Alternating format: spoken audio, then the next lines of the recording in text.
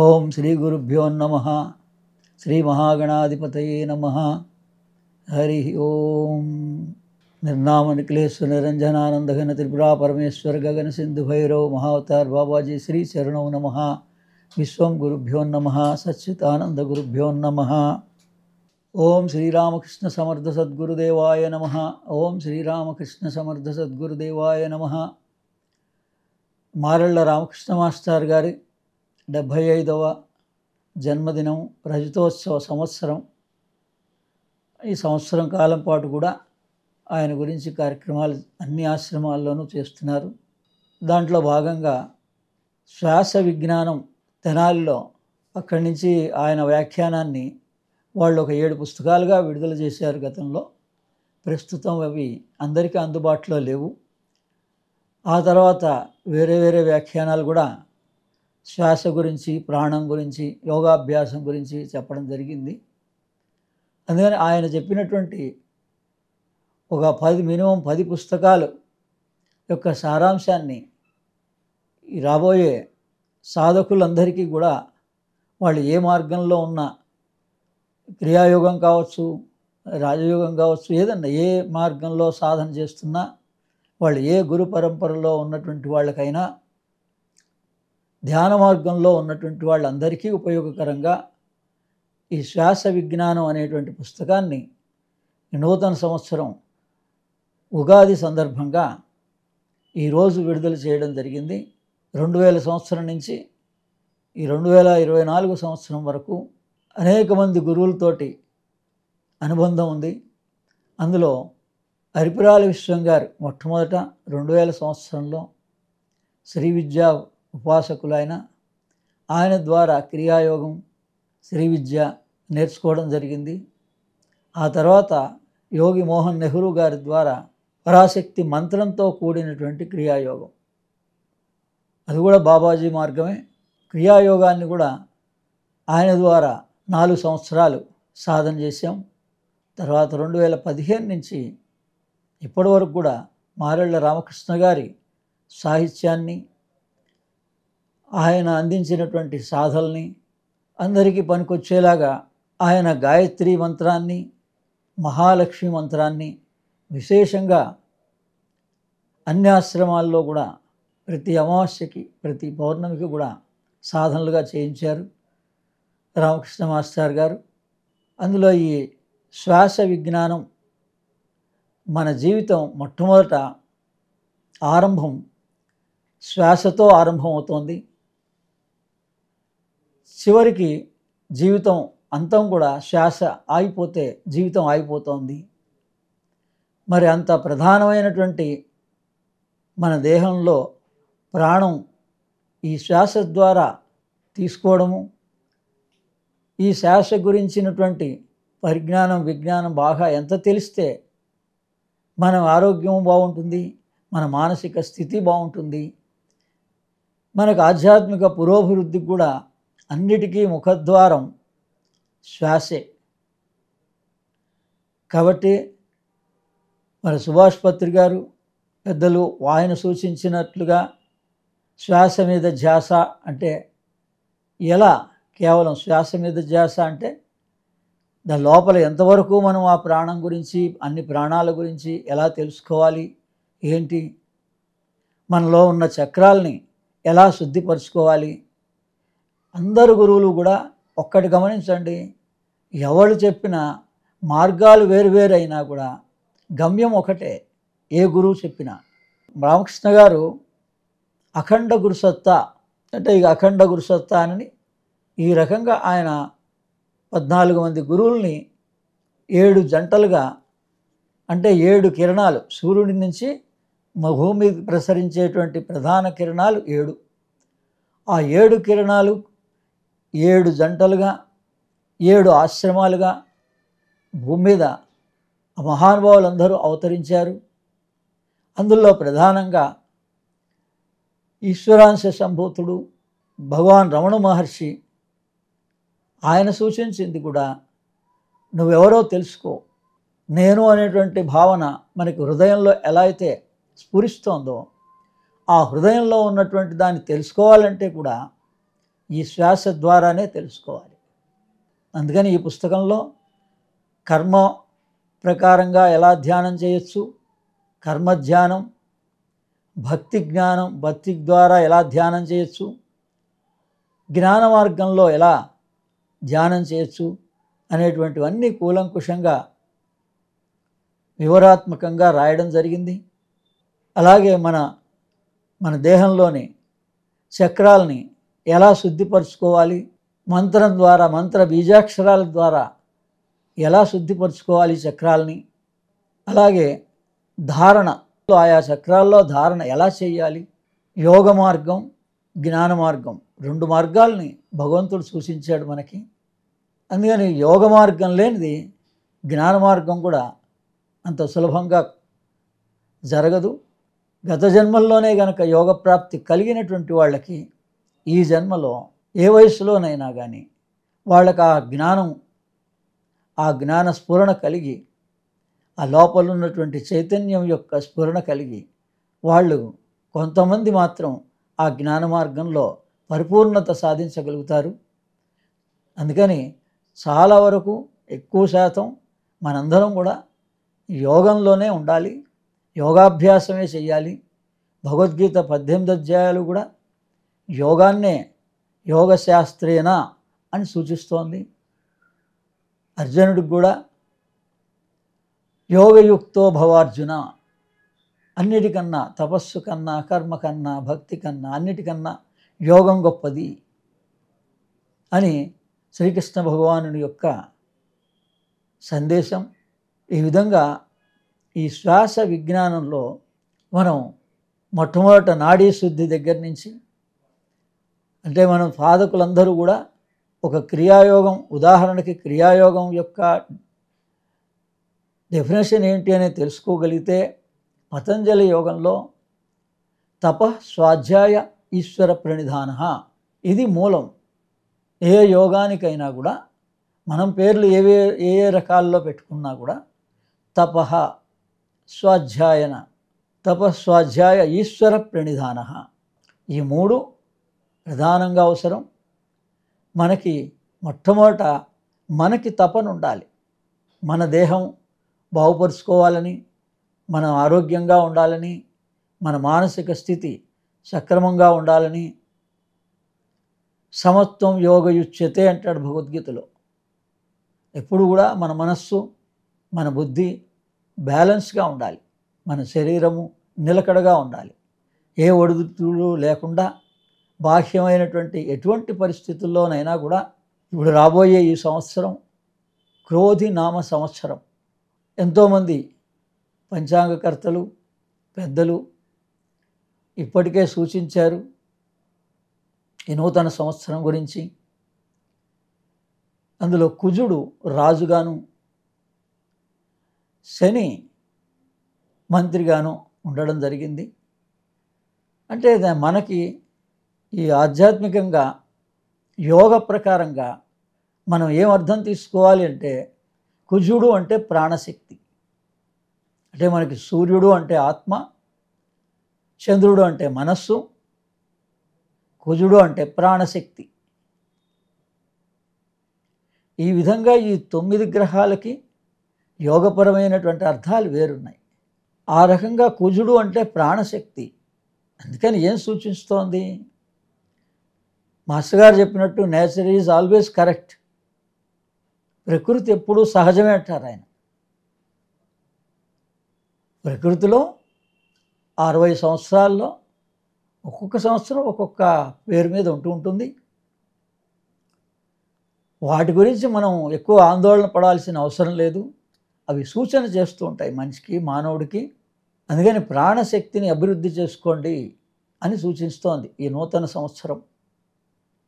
శని అంటే క్రమశిక్షణ, శ్రమ, శ్రమించాలి. ప్రతి జీవి తనకి తగ్గట్టుగా తను శ్రమించాలి, క్రమశిక్షణతో ఉండాలి. అది శని యొక్క సూచన. అందుకని ఆ రకంగా తీసుకున్నా మనం ఈ రెండింటినీ ప్రధానంగా తీసుకున్నప్పుడు, ఆ రెండింటి ద్వారా మన సూచన, మన ప్రాణశక్తిని ఎలా అభివృద్ధి చేసుకోవాలి అంటే, మనకి ఈ శ్వాస విజ్ఞానం చాలా బాగా పనిచేస్తుంది. అందులో ఈ ఒక్క పుస్తకం మీరు చదువుకొని శ్రద్ధగా మీరు గనక ఆచరించగలిగితే ఆ తర్వాత మీకు నచ్చినటువంటి గురు సాంప్రదాయ ప్రకారంగా ఆధ్యాత్మికంగా ముందుకు వెళ్ళచ్చు. రెగ్యులర్గా భగవద్గీతని, పతంజలి యోగ సూత్రాలని మాత్రం ప్రతి సాధకుడు స్వాధ్యాయనంలో భాగంగా నిత్యము కొన్ని సూత్రాలనైనా పఠిస్తూ పూర్తి అవగాహన చేసుకోవాలి. ఎంత తొందరగా అయితే అంత తొందరగా ఒక పతంజలి యోగ సూత్రాలని, అష్టాంగ యోగాన్ని, యోగము అంటేనే అష్టాంగ యోగం. మనం ఏదైతే అందరూ ఈ రోజున డాక్టర్లు కానీ పెద్దలు కానీ ధ్యానం చేయండి అని చూపిస్తున్నారో, మరి ఆ ధ్యానం అనేటువంటిది 7వ అంతస్తులోది, 8వ అంతస్తులో సమాధి, సమమైన బుద్ధి సమాధి అంటే. దానికి ముందు ఉన్నది ధ్యానం. అందుకని మనకి సమాధి యొక్క గురించిన అవగాహన ఎంత తెలిస్తే మన ధ్యానం అంత నిలకడగా ఉంటుంది. ఈ విధంగా అష్టాంగ యోగంలో యమ, నియమ, ఆసన, ప్రాణాయామ, ప్రత్యాహార, ధారణ, ధ్యాన, సమాధి. భగవద్గీతలో సమంకాయ శిరోగ్రీవం అనేటువంటి శ్లోకం ద్వారా ఏం సూచిస్తున్నాడు భగవంతుడు అంటే, మీరు స్థిరంగా కూర్చోండి. ఎక్కడ కూర్చున్నా, ఏ పనిలో ఉన్నా చిన్నప్పటి నుంచే పిల్లలకి అలవాటు చేస్తే వాళ్ళ జీవితం బాగుపడుతుంది. స్థిరంగా కూర్చోగలగాలి. స్థిర సుఖ ఆసనం, స్థిరత్వం కలగాలి. ఆసన సిద్ధి కలగాలి. అంటే 1 గంట 2 గంటల పాటు మనం కదలకుండా ఒకే స్థితిలో కూర్చోగలిగేటువంటి మానసిక స్థితి ఉండాలి. మన మనస్సు చంచలం. మనస్సు స్థిరం అయితేనే కానీ ఈ శరీరం స్థిరంగా ఉండదు. మనం కూర్చోవాలనుకుంటున్నాం 1 గంట సేపు, కానీ కూర్చోలేకపోతున్నాం అండి అని అంటే దాని ఎక్కడ ప్రాబ్లం ఉంది? అందుకని మనోయోగ సాధన, మన మనస్సు ఈ శ్వాస ద్వారానే నియంత్రించబడుతుంది. మనస్సుకి శ్వాసకి సంబంధం ఉంది. అలాగే మనస్సుకి వాక్కుకి సంబంధం ఉంది. వాక్శక్తి మనకు కలుగుతుంది ఈ శ్వాస ద్వారా. ఈ శ్వాసలో మార్పు ద్వారా వాక్కు మారుతుంది, శ్వాసల ద్వారా మనస్సు మారుతుంది, మనస్సు స్థిరత్వం పొందుతుంది. అందుకని ఈ శ్వాసని మొట్టమొదట నాడీ శుద్ధిగా మనం ఆచరించాలి. అనులోమ విలోమ ప్రాణాయామం లేదా డయాఫ్రమటిక్ బ్రీదింగ్. మన చిన్న పిల్లల్ని గమనిస్తే శ్వాస ఎలా తీసుకోవాలో అనేటువంటిది తెలుస్తుంది మనకి. తల్లి గర్భంలోంచి 9 నెలలు కూడా ఎలా దినదినాభివృద్ధి, ప్రతి నెల ఏ రకంగా ప్రోగ్రెస్ కలిగింది. మొట్టమొదటి నెలలో అణువుగా ఉన్నటువంటి ఒక అండాకారంలో ఉన్నటువంటిది దాంట్లో ఒక రంధ్రం ఏర్పడుతుంది మొట్టమొదటి నెలలో. దాన్ని బట్టి మనం ఏం గ్రహించవచ్చు అంటే విశుద్ధి చక్రం ఏర్పడుతుంది. మొట్టమొదటి నెల తల్లి గర్భంలో విశుద్ధి చక్రం ఏర్పడుతుంది. 2వ నెలలో హృదయ చక్రం ఏర్పడుతుంది శ్వాస పీల్చడానికి. మొట్టమొదట మనకు కావలసినటువంటి పోషణకి సంబంధించింది విశుద్ధి చక్రం. దాంట్లో ఒక సన్నటి రంధ్రం, మనకు ఇప్పుడు గొంతు ఎలా ఉందో అలా భావించవచ్చు మనం. అందుకని ఎలా మనకి ఈ చక్రాలన్నీ అభివృద్ధి చెందాయి తల్లి గర్భంలో, ఆ 9 నెలల్లో కలిగినటువంటి పరిణామక్రమం ఏంటి అనేది కనుక మనకు బాగా తెలిస్తే, ఆ 9 నెలల్లో జరిగినటువంటిదే బయటకు వచ్చిన తర్వాత జీవి 90 సంవత్సరాల వరకు ఉండేటువంటి ఆయుష్ యొక్క పరిణామం అంతా కూడా దాని మీద ఆధారపడి ఉంటుంది. అందుకే ఒక్క మాటలో రమణ మహర్షి నువ్వెవరో తెలుసుకో అంటే మనం ఎక్కడి వరకు తెలుసుకోవడానికి ప్రయత్నం చేయాలి? అంతర్ముఖంగా అవడానికి ప్రయత్నం చేయాలి. మనం ఇప్పటివరకు జీవితకాలంలో బాహ్యంగా ప్రయత్నం చేస్తున్నాం. మనం అంతర్ముఖంగా ప్రయత్నం చేయాలి. ఈ అంతర్ముఖంగా ప్రయత్నం చేయడానికి ఈ తల్లి గర్భంలో జరిగినటువంటి పరిణామాలు ఏమిటి అనేటువంటిది 9 నెలల్లో శ్రీ రామశర్మాచార్య ఆయనకు వాళ్ళ తల్లికి కలిగినటువంటి అనుభవాల్ని ఒక పుస్తక రూపేణ అందించడం జరిగింది. దాన్ని మళ్ళీ రామకృష్ణ మాస్టర్ గారు 9 నెలలు అనేటువంటి ఒక పుస్తకం ద్వారా సాధకులందరికీ అందించారు. అందులో ఉన్న ప్రధాన అంశాలు ఏమిటంటే, మొదటి నెలలో తల్లి గర్భంలో విశుద్ధి చక్రం ఏర్పడుతుంది బిడ్డకి, ఆ తర్వాత అనాహత చక్రం ఏర్పడుతుంది, ఆ తర్వాత మనం ఏదైతే కన్ను, ముక్కు, నోరు వీటికి సంబంధించింది నాభి కేంద్రంగా మణిపూర చక్రంగా 3వ నెలలో ఏర్పడుతుంది. 4వ నెలలో స్వాధిష్టాన చక్రం, చెవులు మిగిలిన వాటికి 4వ నెలలో ఏర్పడుతుంది. స్ప్లీన్ సెంటర్ ప్రధానంగా 5వ నెలలో మూలాధార చక్రం, చర్మము, ఎముకలు వాటికి సంబంధించినటువంటి బిడ్డకు కావలసినటువంటిదంతా ఏర్పడుతుంది. ఆ తర్వాతనే ఈ 5 చక్రాలు అయిన తర్వాత మనస్సు అనేది ఏర్పడుతుంది 6వ చక్రంలో. 6వ నెలలో ఆజ్ఞాచక్రంగా, ఇది 6వ నెల పరిణామ దశ. ఇకపోతే 7వ నెలలో అప్పుడు జీవాత్మ మన ఈ తల్లి గర్భంలో ప్రవేశిస్తుంది జీవుడుగా. అంటే మనం ఒక ఇల్లు తయారు చేసుకుంటున్నప్పుడు, ఇల్లు కట్టుకుంటున్నప్పుడు, ఇల్లు కట్టిన తర్వాత గృహప్రవేశం చేస్తాం. ఇంటి యజమాని ఇల్లు కట్టిన తర్వాత గృహప్రవేశం చేస్తాడు.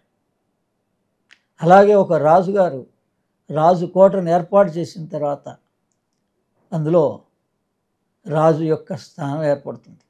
అలాగే మన దేహంలో 7వ నెలలో తల్లి గర్భంలో ఈ జీవుడు పైన బ్రహ్మరంధ్రం నుంచి ఆవిర్భవించడం జరుగుతుంది. ఆ విధంగా ఈ శ్వాసకి మనస్సుకి అవినాభావ సంబంధం ఉంది. మనం ఈ స్థూలదేహం ఏంటి, సూక్ష్మదేహం ఏమిటి, కారణదేహం ఏంటి అనేటువంటిది మనందరం కూడా తెలుసుకోవాలి. దాన్నే ఈ సూర్య విజ్ఞానంగా, గాయత్రి విజ్ఞానంగా పెద్దలు అందించారు. సూర్య విజ్ఞానంలో రంగులుగా, కిరణాలుగా ప్రధానంగా మనకి సైంటిఫికల్గా కూడా ఆ సూర్య విజ్ఞానాన్ని ఇప్పుడు ఉపయోగించుకుంటున్నాం మనం అందరం కూడా. ఈ యావత్ భూమండలానికి సోర్స్ ఆఫ్ ఎనర్జీ సూర్యుడే. దాన్ని మనకి ఒక మంత్ర ప్రకారంగా, విజ్ఞాన ప్రకారంగా గాయత్రి విజ్ఞాన్, గాయత్రి మంత్రం, దానిలోని ప్రధాన అంశాలు ఏమిటంటే 3 విభాగాలైనటువంటి 3 పాదాలతో ఉన్నటువంటి గాయత్రి మంత్రం అందరికీ తెలుసు. తత్సవితుర్వరేణ్యం భర్గో దేవస్య ధీమహి ధియో యో న ప్రచోదయాత్. అంటే ఈ గాయత్రి మంత్రం ఏం సూచిస్తోంది మనకి? ఈ స్థూలదేహం గురించిన విజ్ఞానం, సూక్ష్మదేహం ప్రధానం. ఈ స్థూలదేహానికి అన్నీ సూక్ష్మదేహం నుంచి అందుతాయి మనకి. 3వది కారణదేహం. కారణదేహం అంటే జీవాత్మ.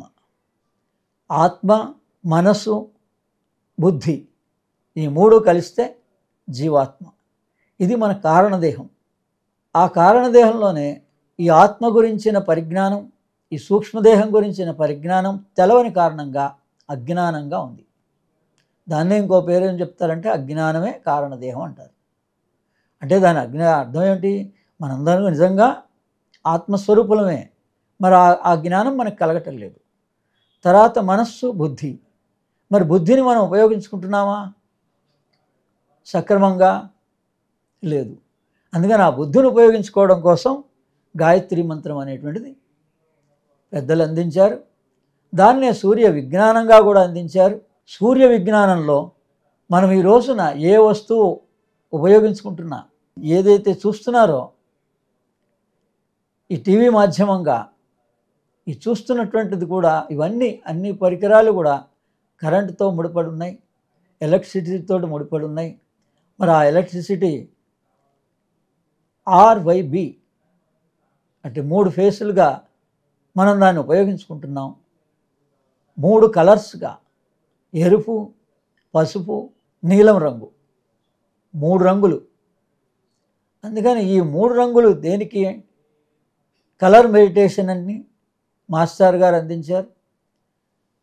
అందులో ఎరుపు రంగు మొట్టమొదట మన శారీరకమైనటువంటి ఇబ్బందులకి ఏదన్నా ఇబ్బందిగా ఉంటే ఎరుపు రంగుని మనం భావించి, లేదా మనం ఆ ఎరుపు రంగు బల్బుని మనం ఉన్నటువంటి ధ్యాన మందిరంలో కానీ ధ్యానం చేసే చోట్లో ఏర్పాటు చేసుకొని, లేదా ముందు దాన్ని అబ్జర్వ్ చేసి బాగా ఆ ఎరుపు రంగుని ధ్యానంలో భావిస్తే శరీరం మొత్తం కూడా ఆ ఎరుపు కిరణాలు, సూర్యుని యొక్క ఎరుపు కిరణాలు నాలో ప్రవేశిస్తున్నాయి అని భావిస్తే, తద్వారా ఆ ప్రకారంగా మీకు ఆ ధ్యానం చేసి మన శరీర ఆరోగ్యాన్ని సమకూర్చుకోవచ్చు.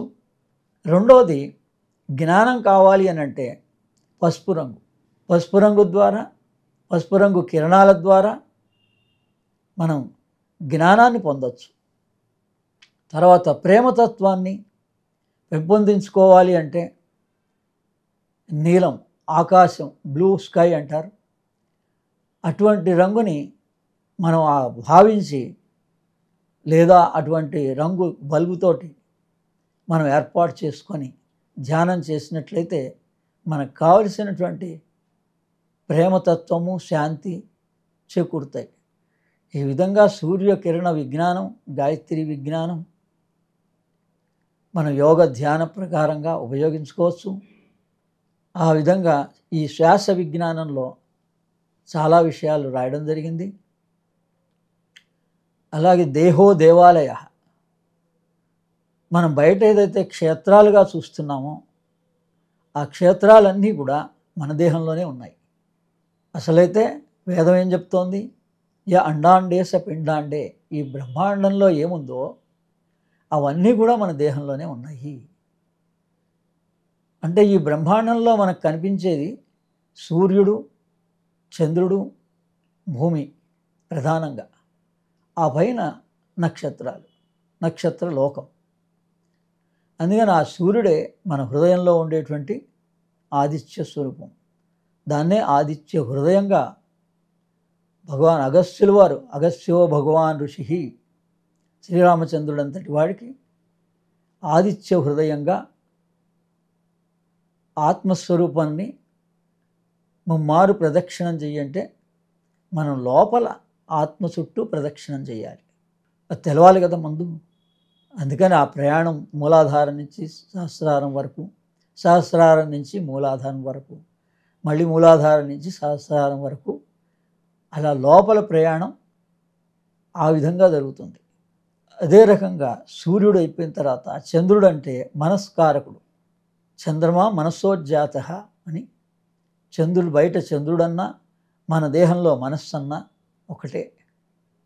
అందుకని ఆ మనస్సు ఎప్పుడు పౌర్ణమి అమావాస్యగా ఉంటుంటుంది. మూడవది భూమి. ఈ దేహమే భూమి, భూమికి ప్రతిబింబం.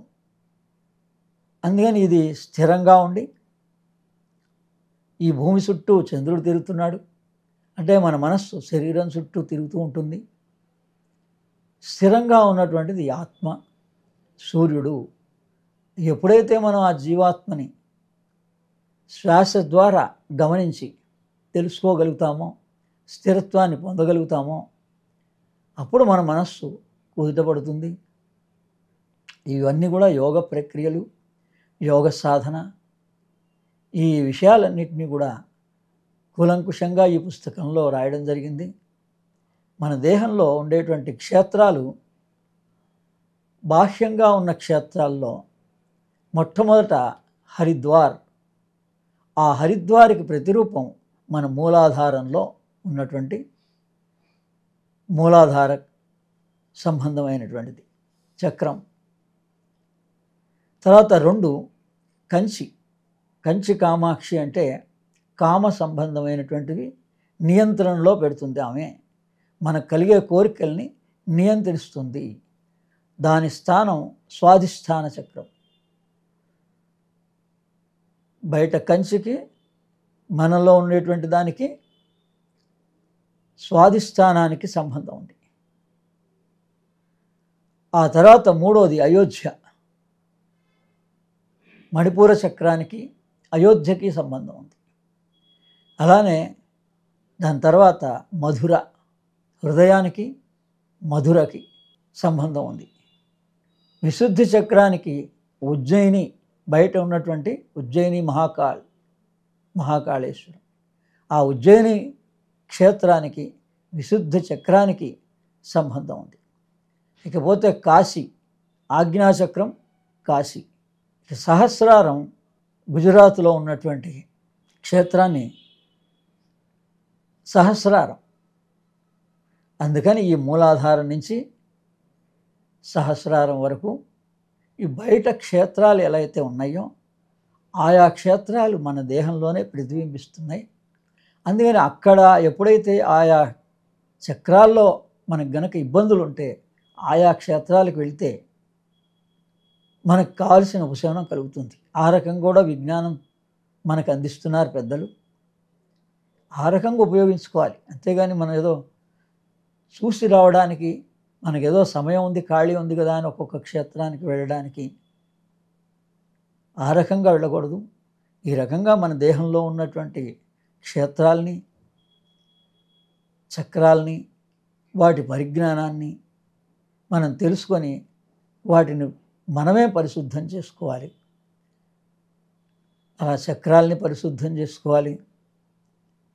ధారణ మొట్టమొదట అష్టాంగ యోగ ప్రకారంగా ఈ ఆసన, ప్రాణాయామ, ఈ మూడు మొట్టమొదటివి అయితే మనం ఆచరిస్తే పై అంతస్తులో ఉన్నటువంటి ధారణ, ధ్యాన, సమాధి, ప్రత్యాహార, ధారణ, ధ్యాన, సమాధులు 4 విభాగాలు గురువుల యొక్క కటాక్షంతో ఈశ్వరానుగ్రహంగా మనం పొందగలుగుతాం.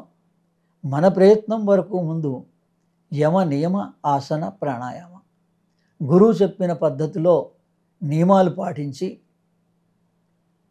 ఆసన స్థిరత్వం కలిగించుకొని మనం ప్రాణాయామాన్ని, అంటే శ్వాస మీద ధ్యాసని నిరంతరంగా ఉంచుకోవాలి. 24 గంటల్లో కూడా మన శ్వాస ఎలా ఉంది, అంటే వేడిగా ఉందా, చల్లగా ఉందా, కుడివైపు నుంచి వెళుతుందా శ్వాస, ఎడమవైపు నుంచి వెళుతుందా అనేది గమనిస్తూ ఎక్కడి వరకు వెళుతోంది శ్వాస, ఏ చక్రం నుంచి బయటకు వస్తుంది, ఈ ఉచ్ఛ్వాస నిశ్వాసాల గమనాన్ని మనం నిరంతరంగా గమనిస్తూనే ఉండాలి. అది సాధ్యమైనంత వరకు బయట సంధ్యా సమయాల్లో మారుతుంది. ఉదయం సంధ్య, మధ్యాహ్నం సంధ్య, సాయం సంధ్య, రాత్రి సంధ్య, తురియ సంధ్య, 4 సంధ్యా సమయాల్లో మన ఉచ్ఛ్వాస నిశ్వాసల్లో మార్పు వస్తుంది. వాటిని గమనిస్తూ వాటిని సమత్వం యోగయుచ్యతే అని ఎప్పుడు కూడా సమానంగా మన దేహంలో సమాన ప్రాణం ఉత్పత్తి అయ్యేలాగా మనం ప్రయత్నం చేయాలి. అంటే కుడి నాసారంధ్రంలో వాయువు ప్రసరిస్తున్నప్పుడు ఎడమవైపు ప్రసరించేలాగా మనం ప్రయత్నం చేయాలి. అంటే ఎడమవైపుకి ఇలా వంగి కానీ, ఎడమ రంధ్రాన్ని కొంచెంసేపు మూసి కానీ, కుడి రంధ్రంతో, కుడి రంధ్రం ఉంటే ఎడమ రంధ్రం, ఎడమ రంధ్రం ఉంటే కుడి రంధ్రం, దేనికి బ్లాకేజ్ ఉందో దాన్ని క్లియర్ చేసుకోవాలి. అప్పుడు మెల్లమెల్లగా మనకి ఒకానొక రోజుకి మన దేహంలోని 3 ప్రాణాలు మనకి సహకరిస్తాయి. మొట్టమొదట ప్రాణ, అపాన, సమాన, ఈ 3 ప్రాణాలు సహకరిస్తాయి. ఆ తర్వాతవి వ్యాన ప్రాణం, ఉదాన ప్రాణం, అది పై అంతస్తులోవి. మొదట కింది అంతస్తులో ఉన్నటువంటి ప్రాణ, అపాన, సమాన పంచ ప్రాణాల్లో 2 ప్రాణాలు ఊర్ధ్వంగా ఉంటాయి, 3 ప్రాణాలు కిందికి ఉంటాయి. అందుకని ఈ రకంగా ఈ పంచ ప్రాణాలని మనం గ్రహించడం, ఇవన్నీ ప్రాణాలు మనకి ఈ చక్రాలు కానీ ప్రాణాలు కానీ ఎక్కడుంటాయి అంటే సూక్ష్మదేహంలో ఉంటాయి. ఈ స్థూల దేహంలో మనం గుర్తించలేం.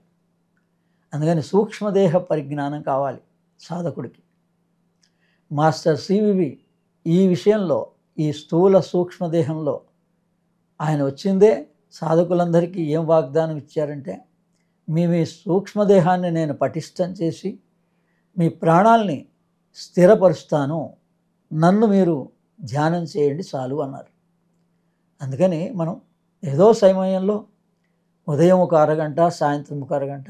ఆ రకంగా సూక్ష్మదేహం మనలో పటిష్టం అవ్వాలి అన్న ఉద్దేశంతో మనం కనుక ధ్యానం చేసినట్లయితే వాళ్ళ అనుగ్రహంతో ఈ సూక్ష్మదేహ పరిజ్ఞానం స్వాధ్యాయనం చేస్తూ పోతే శ్వాసకు సంబంధించిన, ప్రాణానికి సంబంధించిన, యోగానికి సంబంధించిన, ధ్యానానికి సంబంధించిన ఏ పుస్తకాలైనా స్వాధ్యాయనం మనం నిరంతరంగా చదువుతూ పోతే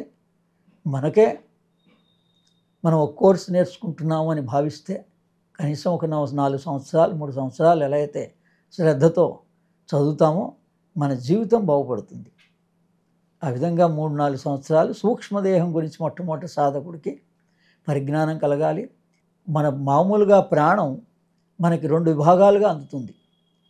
సూక్ష్మదేహం ఈ మన చుట్టూ ఉన్నటువంటి మహాప్రాణాన్ని 2 చక్రాల ద్వారా స్వీకరించి ఈ విశుద్ధికి, అనాహతానికి మధ్యలో ఒక కేంద్రం ద్వారా, కింద స్ప్లీన్ సెంటర్ ద్వారా ఈ విశ్వంలో ఉండేటువంటి మహాప్రాణాన్ని గ్రహించి 5 గ్లాండ్లకి ఇచ్చి దేహం అంతా కూడా ప్రాణశక్తిని ప్రసరింపజేస్తుంది. రెండోది మనం ఉచ్ఛ్వాస నిశ్వాసాలుగా తీసుకునేటువంటి ప్రాణం. అందుకని అసలు ప్రాణం లోపల సూక్ష్మదేహమే గ్రహిస్తుంది. దాన్ని ఆధారం చేసుకునే ఈ ఉచ్ఛ్వాస నిశ్వాసాల గమనం జరుగుతుంది. అందుకని ఆ 2 కేంద్రాలు ఏవైతే ఉన్నాయో, అనాహతం విశుద్ధి కేంద్రం మధ్యలో, తర్వాత స్ప్లీన్ సెంటర్ దగ్గర, అంటే మణిపూర చక్రానికి దగ్గరలో ఉంటుంది. ఆ రెండిటి ద్వారానే మన ప్రాణ అపాన జరుగుతోంది, ఉచ్ఛ్వాస నిశ్వాసాలు జరుగుతున్నాయి. రెండవది సూక్ష్మదేహం సూర్యుడి నుంచి డైరెక్ట్గా వెలుగుని స్వీకరిస్తుంది, వెలుగుని తేజస్సుని స్వీకరిస్తుంది. దాన్ని మళ్ళీ మనకి తెలివిగా మన బ్రెయిన్ పనిచేయడానికి కానీ, మనలో ఉన్న బుద్ధి పనిచేయడానికి కానీ, అది మళ్ళీ 5 గ్లాండ్స్కి, ఆ పైన గ్లాండ్స్తో సహా అన్ని గ్లాండ్లకి తేజస్సుని, సూర్యుని ద్వారా తేజస్సుని మనలోకి తీసుకొని అందించేటువంటిది సూక్ష్మదేహమే. ఈ మన దేహం రాలిపోయిన తర్వాత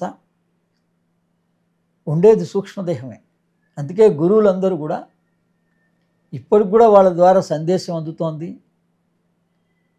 గురువులు ఎప్పటికీ ఉంటారు అనే మాటకు అర్థం ఏంటంటే, మనది పాంచభౌతిక దేహం, అలానే పంచకోశాలు, 5 కోశాలు, అన్నమయ, ప్రాణమయ, మనోమయ, విజ్ఞానమయ, ఆనందమయ.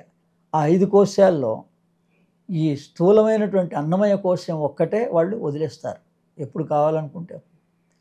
కానీ వాళ్ళకి దేహం ఉన్నప్పుడే ఆ 4 యొక్క స్పృహ ఉంటుంది. ఎప్పుడైతే మనం సూక్ష్మదేహము, కారణదేహం యొక్క స్పృహ మనకు కలుగుతూ ఉంటుందో అప్పుడు ఈ దేహం మీద అంత భ్రాంతి ఉండదు. అందరిలా మనము కూడా ప్రవర్తిస్తాం, కానీ మనం సూక్ష్మదేహం పరిజ్ఞానాన్ని కూడా ధ్యానంలో పొందగలుగుతాం, సూక్ష్మదేహం అనుభవాన్ని పొందగలుగుతాం. అలాగే కారణదేహం యొక్క అనుభవాన్ని కూడా సమాధి స్థితిలో పొందగలుగుతారు. ఆత్మ చైతన్యాన్ని సమాధి స్థితిలో పొందగలుగుతారు, ఆత్మానుభూతిని. అందుకని ఈ 3 దేహాల గురించి, ఈ 5 శరీరాల గురించి, అన్నమయ, ప్రాణమయ, మనోమయ, విజ్ఞానమయ, ఆనందమయ. అందుకే లలితా సహస్రనామంలో పంచకోశాంతర స్థిత అని సూచన చేసింది. ఈ యోగం అంతా కూడా లలితా సహస్రనామంలో ఉంది. ఆయా చక్రాల గురించి ఉంది. ఈ వసంత నవరాత్రులు అంటారు, ఉగాది నుంచి శ్రీరామనవమి వరకు దసరా నవరాత్రులాగా కొన్ని చోట్ల ఈ 9 రోజులను కూడా అమ్మవారి పూజ చేస్తారు. ఆ సహస్రనామమే బ్రహ్మ విద్య, ఆ సహస్రనామంలోనే యోగ రహస్యం అంతా ఉంది. కనుక ఈ యోగ రహస్యాన్ని మీరందరూ ఈ స్తోత్ర విజ్ఞానం అనేటువంటి పుస్తకం ద్వారా ఉపయోగం పొంది ధ్యాన మార్గంలో అందరూ క్రోధనామ సంవత్సరంలో ఎటువంటి ఇబ్బందులు మనకు కలగకుండా, ప్రకృతి రీత్యా జరిగేటువంటి ఏ ఒడిదుడుకులు కూడా మనకి సంభవించకుండా, మన మనస్సు ప్రశాంతంగా, మన ప్రాణం స్థిరంగా, మన దేహం, మన ఆరోగ్యం క్షేమంగా ఉండాలని శ్రీ సన్నిధి ఛానల్ ద్వారా వీక్షిస్తున్నటువంటి మీకు అందరికీ కూడా నూతన సంవత్సర శుభాకాంక్షలు. అందరూ ఆత్మస్వరూపులు, ఆత్మజ్ఞానపరులు. మరొకసారి తిరిగి మన జ్ఞానాన్ని మనం పొందడమే. దానికి ఎక్కువ కృషి లేదు. చాలా సులభమైన పద్ధతిలో తిరిగి మన జ్ఞానాన్ని మనం పొందితే మనందరం ధన్యములవుతాం. ఈ జ్ఞానాన్ని ఇతరులు కూడా పంచగలుగుతారు. మన సాధన పరిపక్వత చెందితే గురువుల యొక్క అనుగ్రహంతో. అందుకని అందరికీ మరొకసారి శుభాకాంక్షలు తెలుపుతూ క్రోధనామ సంవత్సరం సందర్భంగా ఈ పుస్తకాన్ని మీరు శ్రీ సన్నిధి ధర్మసేవా సంస్థకి వాళ్ళు ఎన్నో చోట్లకి వెళ్ళి ఎంతెంతో దూరాల్లో మారుమూల ప్రాంతాల్లో ఉన్నటువంటి ఆశ్రమాలు, గురువులు వాళ్ళందరినీ ఆశ్రయించి వాళ్ళ ద్వారా మనకి ఈ జ్ఞానాన్ని అందిస్తున్నారు. కాబట్టి మీ తోచినటువంటి సహాయాన్ని ఆ ధర్మసేవా సంస్థకి చేసి, ఒక పుస్తకమే కాదు, నేను రాసిన వేరే పుస్తకాలు కూడా ఇక్కడ శ్రీ సన్నిధి ఛానల్లో ఉన్నాయి. వేరే గురువులు కూడా చాలా అద్భుతమైనటువంటివి గురు చరిత్రలతో సహా ఆధ్యాత్మిక పుస్తకాలన్నిటికీ కూడా ఇదొక కేంద్రంగా మీరు దీన్ని ఉపయోగించుకొని మీ తోచిన సహాయాన్ని మీరు అందిస్తారని ఆశిస్తున్నాను.